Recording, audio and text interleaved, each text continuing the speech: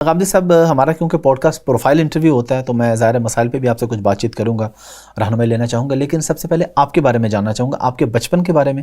آپ کا بچپن کہاں گزرا؟ بنیادی تعلیم آپ نے کہاں سے حاصل کی؟ میرا آبائی وطن لاہور سے 70-80 کلومیٹر کے فاصلے پر سیالکوٹ کے ضلع میں داؤد نام کا ایک قصبہ ہے، لیکن میری پیدائش ضلع ساہیوال کے ایک چھوٹے سے گاؤں میں ہوئی۔ میرے والد اپنی معاشی ضرورتوں کے سلسلے میں وہاں مقیم تھے۔ 2-2.5 سال کے بعد مجھے پھر وہ اپنے گاؤں لے آئے۔ سن 57 تک میں وہاں رہا۔ میری باقاعدہ تعلیم کی ابتدا پھر ساہیوالی کے ضلع میں ہوئی۔ میں نے 10ویں جماعت تک وہاں تعلیم حاصل کی اور دینی تعلیم بھی وہیں شروع ہوئی جب میں 3ری جماعت میں تھا۔ میری والدہ کی بھی یہ خواہش تھی، والد کی بھی یہ خواہش تھی کہ میں عربی، فارسی اور اس طرح ہمارے جو پرانے علوم ہیں ان کی تحصیل کروں۔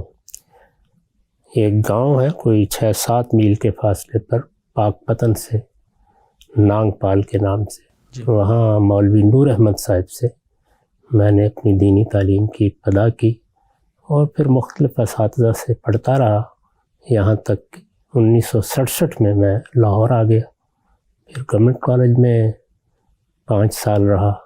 اس دوران میں بھی مختلف اہل علم سے استفادہ کرتا رہا۔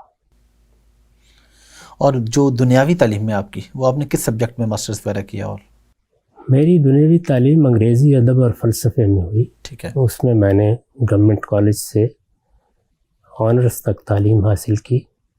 آخری سال سے پہلے میری ملاقات مولانا امین احسن اصلاحی سے ہو گئی، اور جب میں نے ان سے درخواست کی کہ میں آپ سے قرآن پڑھنا چاہتا ہوں تو انہوں نے یہ درخواست قبول فرمائی۔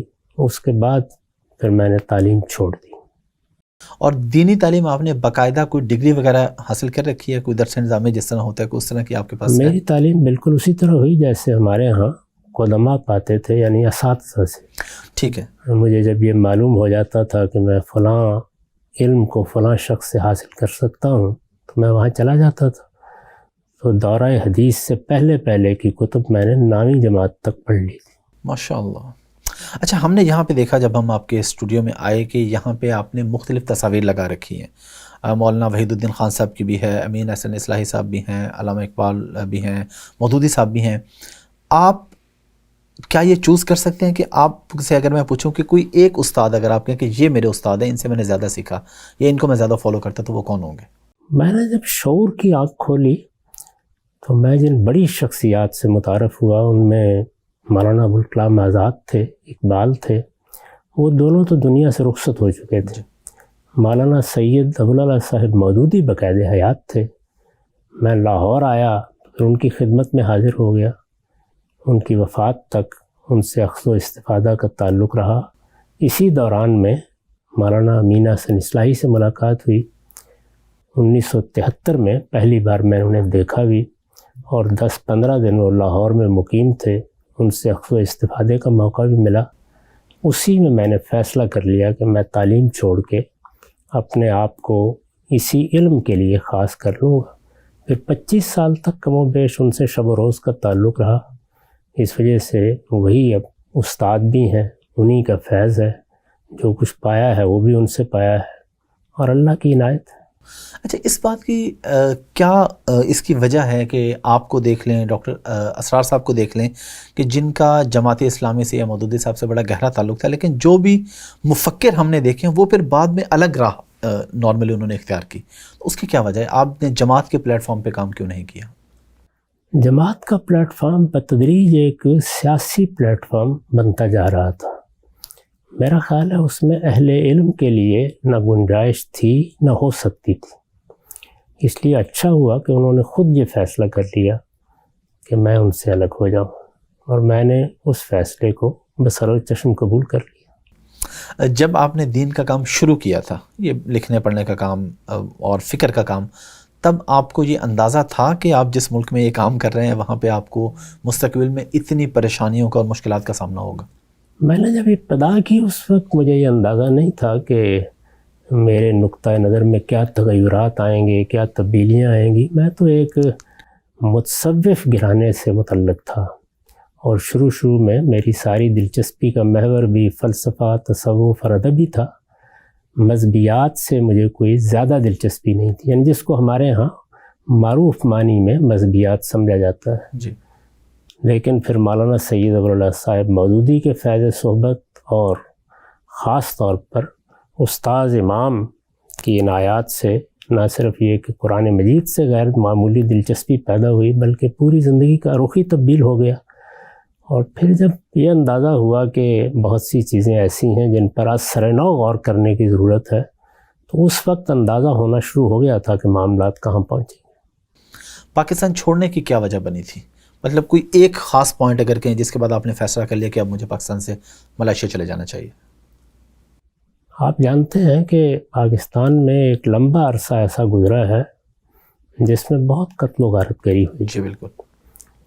بہت سے مذہبی گروہ مسلح ہو گئے تھے اور وہ اپنے مخالفین کو ہدف بناتے تھے، نہ ان سے مسجدیں محفوظ تھیں، نہ افراد محفوظ تھے۔ آپ کے علم میں ہوگا کہ میرے دست راست اور عزیز ترین دوست اور شاگرد ڈاکٹر محمد فاروق خان صاحب کو شہید کر دیا گیا۔ اسی طرح کراچی میں ہمارے حلقے کے بڑے غیر معمولی معلم ڈاکٹر حبیب الرحمان صاحب شہید کر دیے گئے۔ میرے اپنے ادارے کے مدیر سید منظور الحسن صاحب کو میرے دفتر کے باہر کھڑا کر کے گولی مارنے کی کوشش کی گئی، اور اس کے نتیجے میں وہ کافی عرصے تک بہت مراحل سے گزرے، اگرچہ اللہ تعالیٰ نے ان کو محفوظ رکھا۔ الحمدللہ۔ تو اس طرح کے بہت سے واقعات ہیں جو اس زمانے میں ہمارے ساتھ ہی نہیں، بہت سے دوسرے لوگوں کے ساتھ بھی ہو رہے تھے۔ اس میں اضافہ ہوتا چلا گیا، یہاں تک کہ نوبت وہاں پہنچ گئی جہاں وہ گھروں میں آ کر بھی کہیں اپنی گاڑیاں ٹکرا دیتے تھے۔ اس طرح کی بارود سے بڑی ہوئی گاڑیوں سے خود ہمارے ادارے کے قریب ایک بڑا حادثہ ہوا تھا۔ ادارہ بھی ہمارا کافی عرصے تک اسی کے نتیجے میں بند رہا۔ تو ہر جگہ جہاں آدمی رہتا ہے وہاں اس کے گرد و پیش میں اس کے ہمسائے بھی ہوتے ہیں، لوگ بھی ہوتے ہیں۔ یہ صاف نظر آ رہا تھا کہ اب شاید ہم ان لوگوں کے لیے خطرہ بن رہے ہیں جو ہمارے قرب و جوار میں رہتے ہیں۔